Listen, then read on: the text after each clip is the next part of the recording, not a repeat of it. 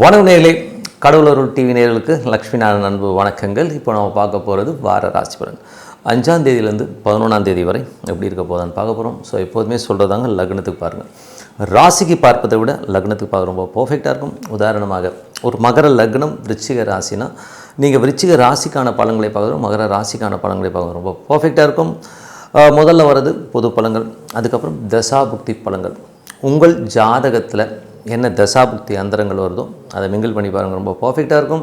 வீடியோட எண்டில் tip of the week இருக்குது, மறக்காமல் பாருங்கள். மேஷராசி. ஸோ மேஷராசிக்கு வந்து பார்த்தோம்னா உங்களது ராசி அதிபதி செவ்வாய் வந்து 9ல் இருக்கும்பொழுது கொஞ்சம் அப்பாவுக்கும் உங்களுக்கும் நிறைய கொஞ்சம் டிஃப்ரென்ஸ் ஆஃப் ஒப்பீனியன் வருது. அது மட்டும் இல்லாமல் பொருளாதார ரீதியாக கொஞ்சம் ஒரு டென்ஷன் ஸ்ட்ரெஸ்ஸஸ் வரும். அது வந்து வெளிநாட்டில் இருக்கும் கொஞ்சம் ஸ்ட்ரெஸ்ஸஸ் வர்றதுக்கான வாய்ப்பில் கொடுக்கும். சுப நிகழ்ச்சிகள் சம்பந்தமான விஷயங்களுக்கு கொஞ்சம் அலைச்சல் இருக்கிறதுக்கான வாய்ப்பு நிறைய இருக்குங்க. ஸோ அதுக்கப்புறம் பார்க்கும்போது 2 அதிபதியும் 9லே இருக்கும்போது நிறைய பிரயாணம் மேற்கொள்வது, இந்த மாதிரி விஷயங்கள் சுப நிகழ்ச்சிகள். ஏன்னா 7ஆம் அதிபதி 9ல் இருக்கும்போது கணவன் மனைவி இருவரும் வந்து நல்ல பிரயாணம் பண்ணுறதுக்கான வாய்ப்புலாம் ரொம்ப நல்லாயிருக்கு. 6ஆம் அதிபதியான புதனும் 9லே இருக்கும்பொழுது நல்ல கலகலப்பாகவும் சந்தோஷமாகவும் இருக்கிறது. அது மட்டும் வேலை விஷயமாக நிறைய பிரயாணம் பண்ணுறமான விஷயங்களும் ரொம்ப அற்புதமாக இருக்குங்க. அதுக்கப்புறம் உங்களது 8ஆம் அதிபதி 9ல் இருக்கும்போது தந்தையோட உடல்நலம் சம்பந்தமான விஷயங்களை கொஞ்சம் கவனமாக இருக்கணும். 9, 10ஆம் அதிபதியான சனி வந்து பார்த்திங்கன்னா உங்களுக்கு வந்து என்ன மாதிரி விஷயங்கள் 9ஆம் அதிபதி மற்றும் 12ஆம் அதிபதியான குரு உங்களுக்கு வந்து 3ல் இருக்கும்போது நிறைய பிரயாணங்கள் கொஞ்சம் காலதாமதமாக இருக்கும். ஏன்னா வந்து 12 கொஞ்சம் அலைச்சல்களை கொடுக்கும்.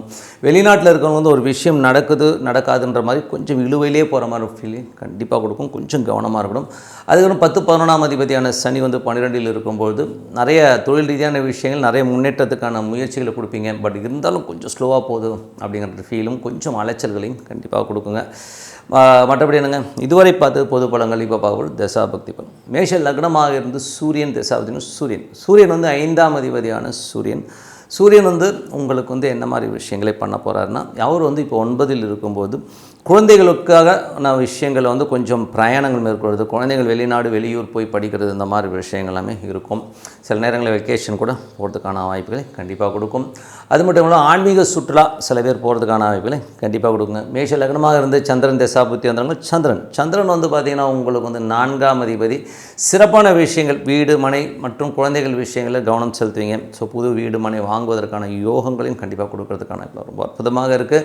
மேஷ லக்னமாக இருந்து செவ்வாய் தசாபதி வந்து செவ்வாய் வந்து 8ஆம் அதிபதி 9ல் இருக்கும்போது உங்களுக்கும் உங்கள் அப்பாவுக்கும் கொஞ்சம் வந்து டிஃப்ரென்ஸ் ஆஃப் ஒப்பீனியன் இருக்கும். வெளிநாட்டில் இருக்கிறவங்களுக்கு சின்ன மன உளைச்சல் வர்றதுக்கான வாய்ப்புகள் நிறைய கொடுக்குங்க.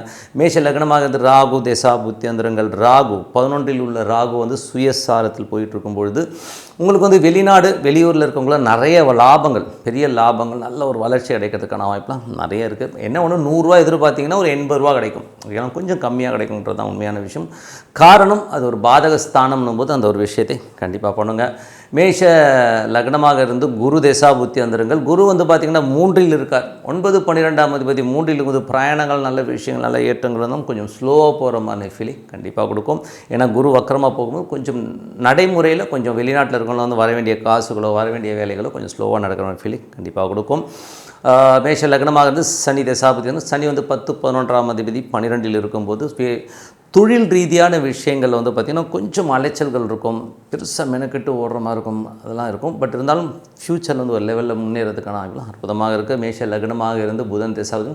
புதன் 3, 6ஆம் அதிபதியான புதன் வந்து பார்த்திங்கன்னா உங்களுக்கு வந்து 9ல் இருக்கும்போது வேலை விஷயமாக நிறைய பிரயாணமான விஷயங்களே நிறைய கொடுக்கும். ஸோ நிறைய வந்து கலகலப்பாகவும் சந்தோஷமாக இருக்கணுங்கிற எண்ணங்கள் எல்லாமே கண்டிப்பாக கொடுக்குங்க. மேஷ லக்னமாக இருந்து கேது தசாபுத்தி அந்தரங்கள். கேது வந்து உங்களுக்கு 5ல் இருக்காருங்க. ஸோ 5ல் இருந்தது சுக்கிரனுடைய சாரத்தில் போகும்பொழுது என்ன மாதிரி விஷயங்களை கொடுக்கும் அப்படின்போது ஞானம். ஸோ ஏதாச்சும் வந்து ஆன்மீக தேடல் நிறைய வரும். அது மட்டும் இல்லாமல் கணவன் மனைவிக்கு நல்ல ஒரு வாக்குவாதங்கள் வர்றது, குழந்தைகளுக்காக வாக்குவாதம் பண்ணிக்கிறது, அந்த மாதிரி விஷயங்களும் கண்டிப்பாக இருக்கும். வெளி மாநிலங்களில் இருக்கிறவங்களுக்கு வந்து கொஞ்சம் அந்த பாஸ்போர்ட் இந்த மாதிரி விஷயங்களெல்லாம் கவர்மெண்ட் சம்மந்தமான விஷயங்கள் கொஞ்சம் கேர்ஃபுல்லாக இருக்கிறது ரொம்ப நல்லது. மேஷ லக்னமாக இருந்து சுக்கிர தசாபுத்தி இருந்தாலும் 2, 7ஆம் அதிபதியான சுக்கிரன் 9ல் இருக்கும் பொழுது உங்களுக்கு வந்து பிரயாணங்கள் மற்றும் வெளிநாட்டில் போகிறதுக்கான வாய்ப்புலாம் ரொம்ப அற்புதமாக இருக்குங்க. ஸோ கணவன் மனைவி உறவு கொஞ்சம் ஜாலியாக ஃபன்னாக வெளியில் போகணும், ஒரு டூர் போகணுங்கிற எண்ணங்கள் எல்லாமே கண்டிப்பாக ஏற்படுத்துங்க. ஸோ மற்றபடி என்னை பொறுத்தவரை ஒரு நல்ல ஒரு பிரார்த்தனை, மனதார இறைவனை வந்து ஒரு அமைதியான இடத்துல டெய்லி ஒரு 15-20 நிமிஷம் ஒதுக்கிடுங்க. ஸோ உட்காந்து பிரார்த்தனை பண்ணுங்கள்.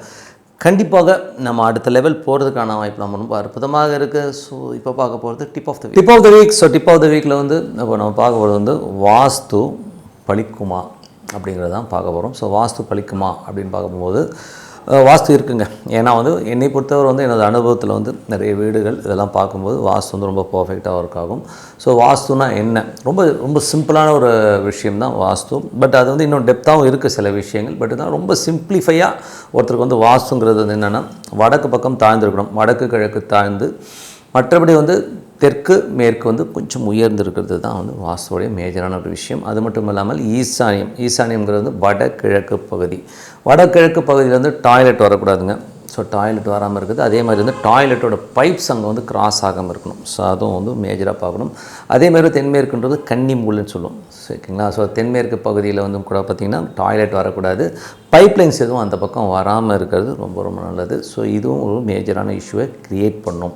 எது ப்ராப்ளம் வர்றது மட்டும் சொல்கிறேன். அதே மாதிரி வந்து பார்த்திங்கன்னா ஒரு பூமிக்கு மத்தியமம் சொல்லுவோம். ஸோ பூமிக்கு மத்தியமம், அதே மாதிரி பில்டிங்க்கு மத்தியமத்தில் வந்து பில்லர் வராமல் பார்த்துக்கணும். அது வந்து அது மேஜராக வந்து அந்த சென்டர் பாயிண்டில் வந்து பில்லர் வரக்கூடாது. அதான் பிரம்மஸ்தானம்னுவாங்க. ஸோ அதோடைய மையப்பகுதியில் வந்து பில்லர்ஸ் இல்லாமல் இருக்கிறது ரொம்ப ரொம்ப முக்கியங்க. ஸோ அது வந்து ஒரு மேஜரான. அதே மாதிரி வாசக்கால் வந்து எப்போதுமே வடக்கு அந்த மாதிரி பகுதிகளில் வடகிழக்கு பகுதியில் வைக்கிறது ரொம்ப நல்லது. ஸோ அது வந்து உச்சஸ்தானம் சொல்லுவோம்.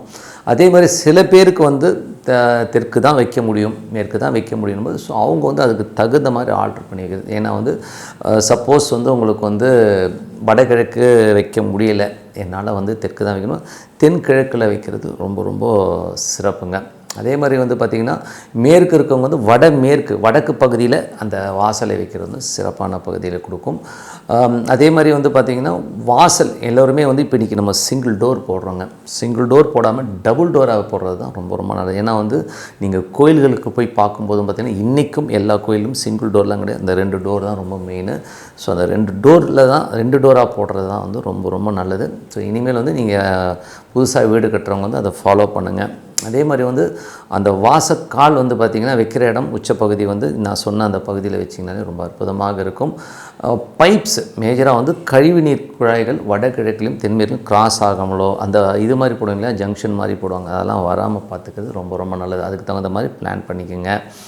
அதே மாதிரி ஒரு வீடு இன்னொரு வீட்டுக்கும் வந்து பார்த்திங்கன்னா சில பேர் ஒரு வீட்டில் இருப்பாங்க, ரொம்ப நல்லா இருப்பாங்க, அதை எக்ஸ்டெண்ட் பண்ணி கட்டுறேன் அப்படின்னும் போது அந்த வாஸ்து குறை வந்துடும். ஸோ எக்ஸ்டென்ஷன் பண்ணி கட்டும்போது ரொம்ப உஷாராக அது 4 பேர்கிட்ட கேட்டு கட்டுறது ரொம்ப ரொம்ப நல்லது. அதே மாதிரி பக்கத்து மனை வாங்கும்போது அப்படியே ஜாயிண்ட் அடித்து கட்டுவாங்க. ஸோ அந்த மாதிரிலாம் கட்டாமல் தனியாக கட்டுறது வந்து ரொம்ப ரொம்ப நல்லதுங்க. ஸோ இந்த மாதிரி விஷயங்களை நீங்கள் ஃபாலோ பண்ணாலே போதும். ஸோ ஜென்ரலாக வந்து வடக்கு கிழக்கு பகுதிகள் இடம் நிறைய விட்டு மற்ற பகுதியில் கொஞ்சம் இடம் கம்மியாக விட்டு பண்ணுறது ரொம்ப ரொம்ப நல்லது. சில பேர் வந்து டோட்டலாகவே வந்து ஃபுல்லாக கவர் பண்ணி கட்டுவாங்க. ஸோ ஃபுல்லாக கவர் பண்ணி கட்டுறது வந்து கொஞ்சம் அவாய்ட் பண்ணிக்கோங்க. மேக்ஸிமம் வந்து வெயிட் வந்து பார்த்திங்கன்னா வடக்கு கிழக்கு பகுதிகளில் வெயிட் ரொம்ப கம்மியாகும், மற்ற பகுதிகள் வந்து வெயிட் அதிகமாக இருக்கிறது ரொம்ப ரொம்ப நல்லது. கிச்சனுங்கிறது பார்த்திங்கன்னா அக்னி மூலையில் இருக்கணும். ஸோ அக்னிங்கிறது வந்து பார்த்திங்கன்னா உங்களுக்கு வந்து தென்கிழக்கு பகுதியில் அக்னி மூலை இருக்கும். எனக்கு தென்கிழக்கில் வைக்க முடியாது அப்படிங்கிறவங்க வந்து வடமேற்கு பகுதியில் செகண்ட் ஆப்ஷனாக வந்து நீங்கள் அங்கே வச்சுக்கலாம் கிச்சனை. ஸோ இதுதான் வாஸ்து. இன்னும் டெப்த்தாக நிறைய விஷயங்கள் இருக்குது. ஸோ அதை வந்து பார்த்திங்கன்னா இன்னும் அடுத்தடுத்த பகுதியில் கண்டிப்பாக சொல்லுவோம். ஸோ இதுதான் மேஜராக ஒரு பேசிக் ஆஃப் வாஸ்து. இதை வந்து உங்கள் வீட்டில் இருக்கான்ற செக் பண்ணிக்கோங்க. செக் பண்ணிவிட்டு நல்லா இருக்குன்னா கண்டிப்பாக அதே மாதிரி வர்ணங்களும் வந்து ரொம்ப அற்புதமாக வேலை செய்யும். என்னை பொறுத்தவரை வந்து எல்லோ, லைட் எல்லோ இந்த மாதிரி கலரை யூஸ் பண்ணுங்கள். பர்பிள், பிளாக்கு இந்த மாதிரி கலர்லாம் வந்து பார்டர் கொடுக்கறதுக்கு வச்சுக்கிறது ரொம்ப ரொம்ப நல்லதுங்க. ஸோ அதனால் வந்து வாஸ்துங்கிறது வந்து ரொம்ப சிம்பிளான விஷயம் கிடையாது, ரொம்ப சீரியஸான விஷயம். இதை ஃபாலோ பண்ணிங்கன்னா அற்புதமான பலன்கள்லாம் கிடைக்கும்னு சொல்லிட்டு உங்களிடம் விடைபெறுவது உங்கள் லக்ஷ்மி நாராயண். நன்றி, வணக்கம். கடவுள் அருள் டிவியை பார்த்தமைக்கு நன்றிகள். மேலும் இது போன்ற தகவல்களை தெரிந்து கொள்ள கடவுள் அருள் டிவியை சப்ஸ்கிரைப் செய்யுங்கள். மறக்காமல் பெல் ஐக்கானை கிளிக் செய்யுங்கள்.